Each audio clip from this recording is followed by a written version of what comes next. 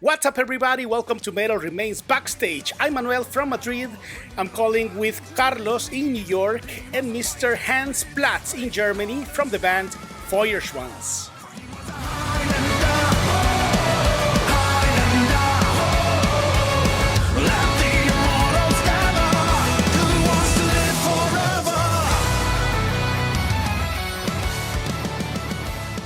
Hi Hans, how are you? I'm fine, thank you. How are you?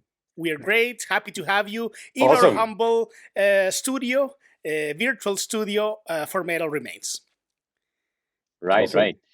Yeah, we're happy to have you, and we would like to know a little bit of your fandom side of music by Okay. asking you, what have you been listening to lately? Oh, what have I been listening to lately? That's a good question. I think the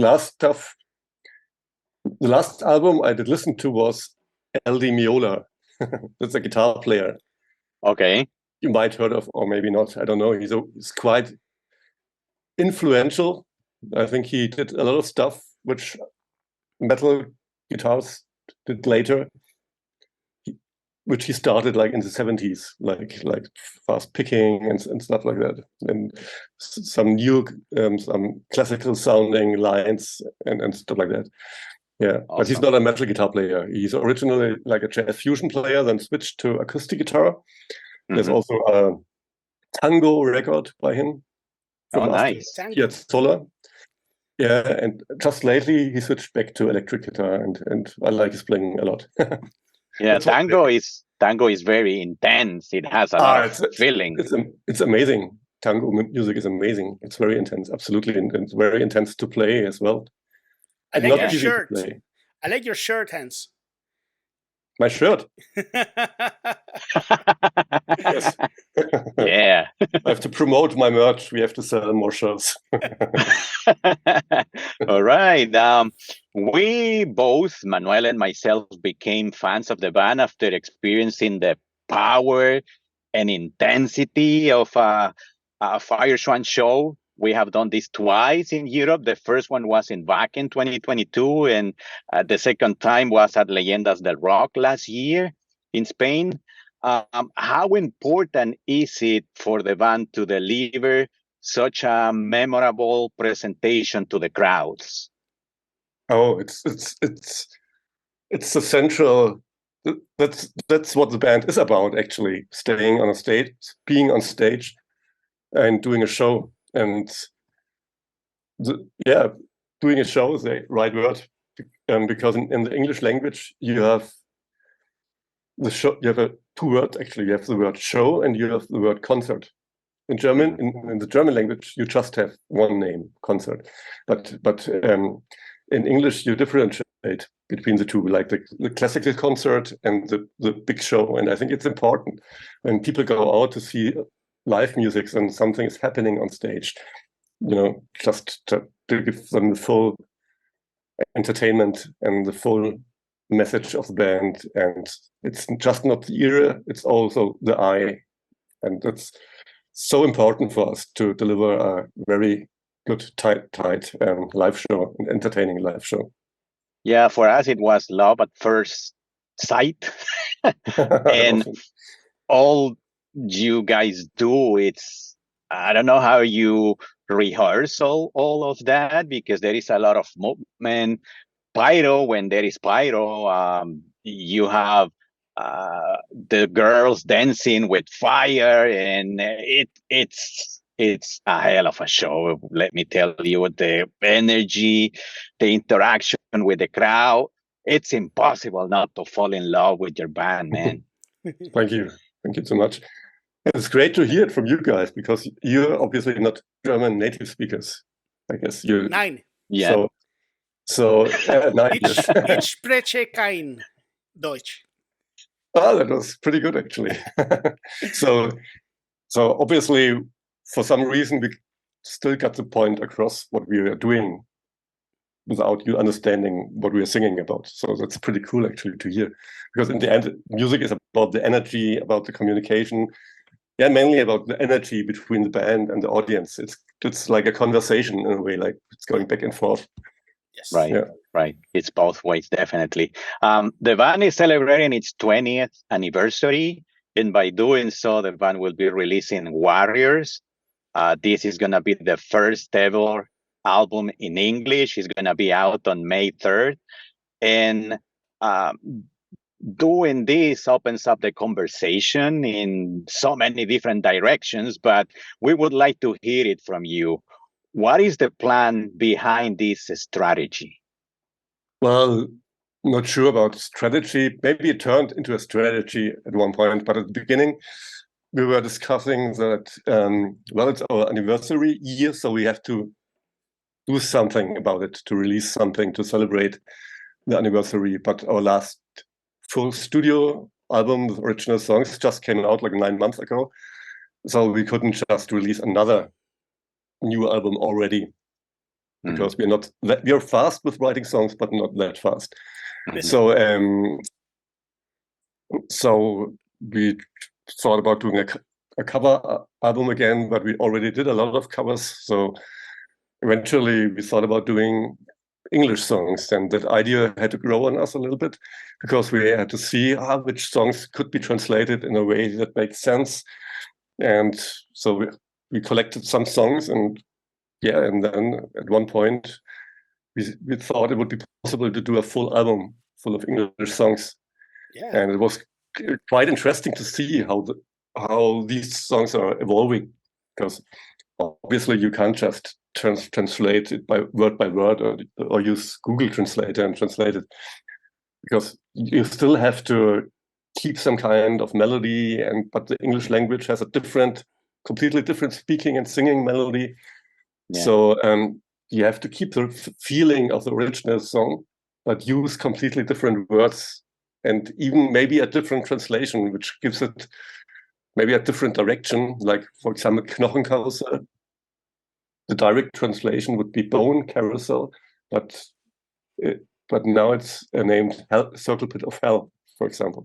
So it has somewhat the same meaning, but it's a very loose translation, you know. Yeah, I would like to speak a bit about that, because, well, as we told you, we met you through Backend, and we participated on that show, even though it is a very German-heavy show. You speak a lot with the audience.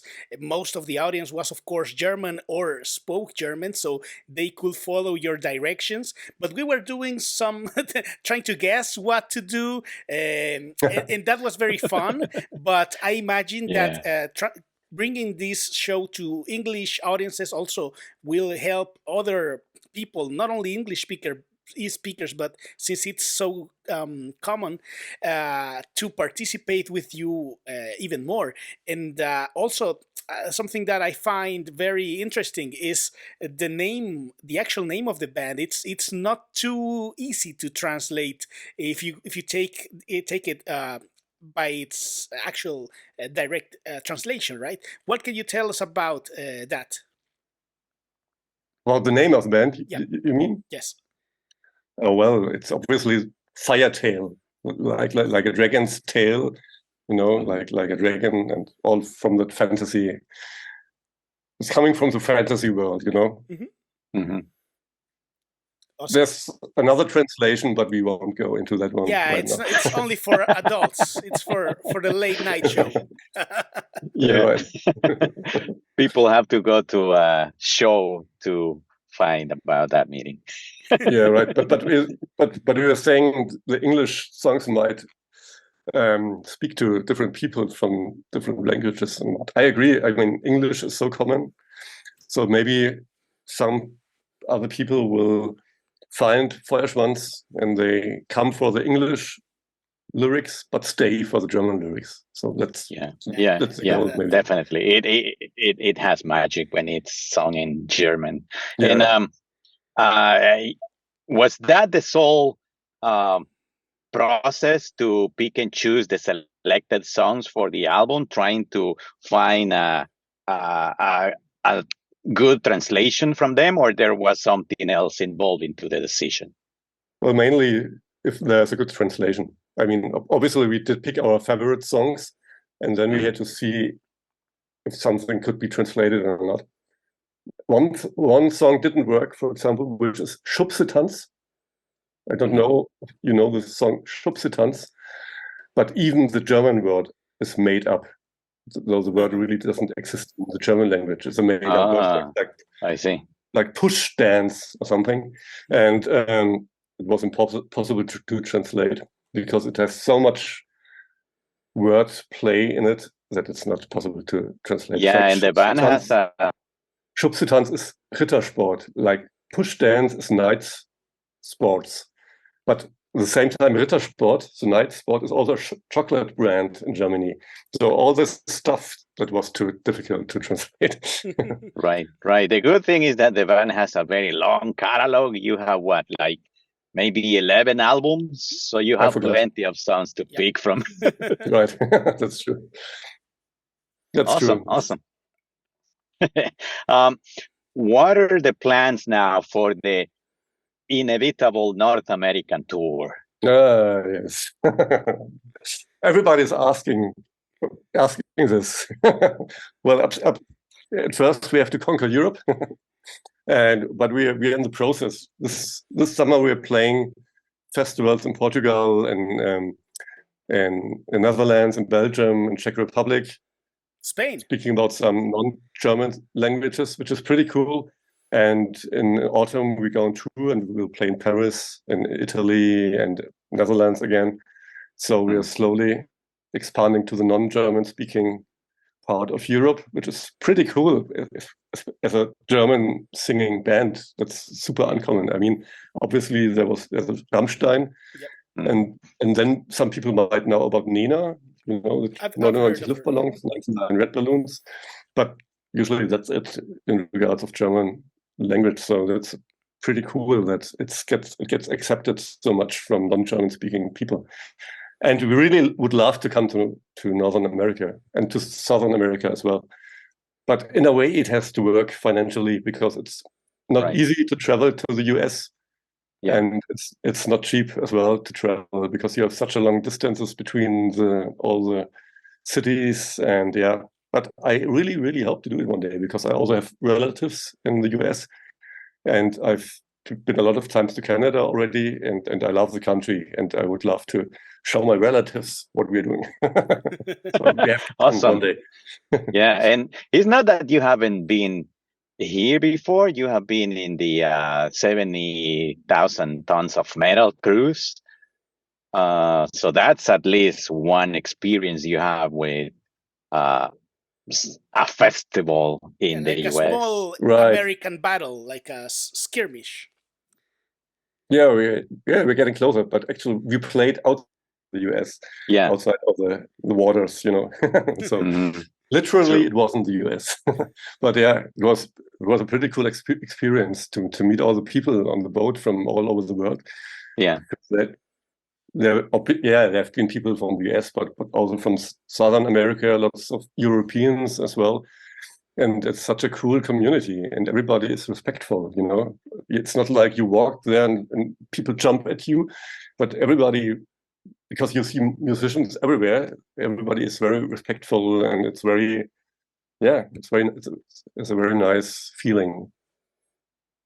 And we're glad to hear that you are actually looking in the future to visit Latin America, because I'm sure that once you get to that point of putting a show somewhere in Latin America, whatever that country is, Mexico, Argentina, Brazil, or any other country, people there, bands don't tour often in those countries. And when the band finally goes there, people go crazy because they have been waiting for a long time to see the band that they love, that they just show up and go nuts. So I hope you can experience that someday. That would be so cool. I haven't been to Southern America so far, but it would be a good opportunity to visit. And we get a lot of messages actually from people in Brazil or from Mexico or from Chile and stuff like that. So it would be really fun to do it one day. We have a fan in Costa Rica that's very, very vocal about you. He's gonna be happy Yes. to. He's gonna be happy to. I know. Pura vida. Yeah. Of course. Yeah. Pura vida. Hans, Pura talking vida. a bit about the progression in the musical style on Feuerschwanz, there's been a bit of a shift ever since you released Memento Mori back in 2021. I feel that the music from that point forward became more and more solid and metal sounding. I believe as a guitarist, I have a fake guitar behind me, but I am a guitarist actually. I noticed that this is something that comes from mostly your contributions to the band. So what can you tell us about the sound on this band moving forward? Well, I tried to make it more heavy since I joined the band. So it's a very long ongoing process. But yes, I'm the guitar player, but everybody has to contribute. And usually what I'm saying is the guitar just sounds as good as the bass and the drums contribute to the guitar sound. Because often you just hear the guitar sound, but in reality it's guitar, drums, and bass. And they all make something and support the guitar. And that's what you're hearing. But I think the process started when we switched to Napalm Records and with Das Elfte Gebot. It's already there a little bit. And afterwards we switched our drummers, and then it went even more double bass and more metal. And everybody is focusing on it in the band and finally committed to it. And earlier, before we went to Napalm Records, it was a little bit. Yeah, it was a slow progression to turn the distortion a little bit more up. and yeah, but you're right. During the pandemic, we did those two albums, like Das Elfte Gebot at the beginning and Memento Mori at the end. Those two songs are actually related. Like Memento Mori is basically a continuation of Das Elfte Gebot. If you read the lyrics, you see the connection, I think. And yeah. It was a good process, I think. I love it. Yeah, we love it too. Yeah, we definitely love it. Hans, we would like to wrap up this chat by asking you to share with us one of your favorite backstage stories. You may have plenty of them. Oh, my favorite backstage story, which I'm allowed to tell. That's difficult. All of them. Don't worry, we're not gonna tell. We don't censor anybody. So it's just between the three of us, yeah, right? Of course, so it's gonna stay within the Metal Remains family.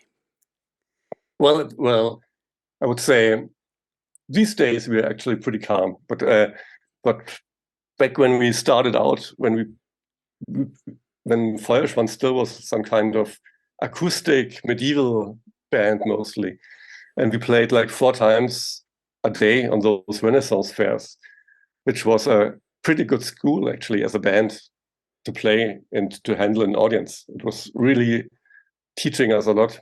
And there's so many stories. We were camping behind the stages, and we were playing in Saltatio Mortis.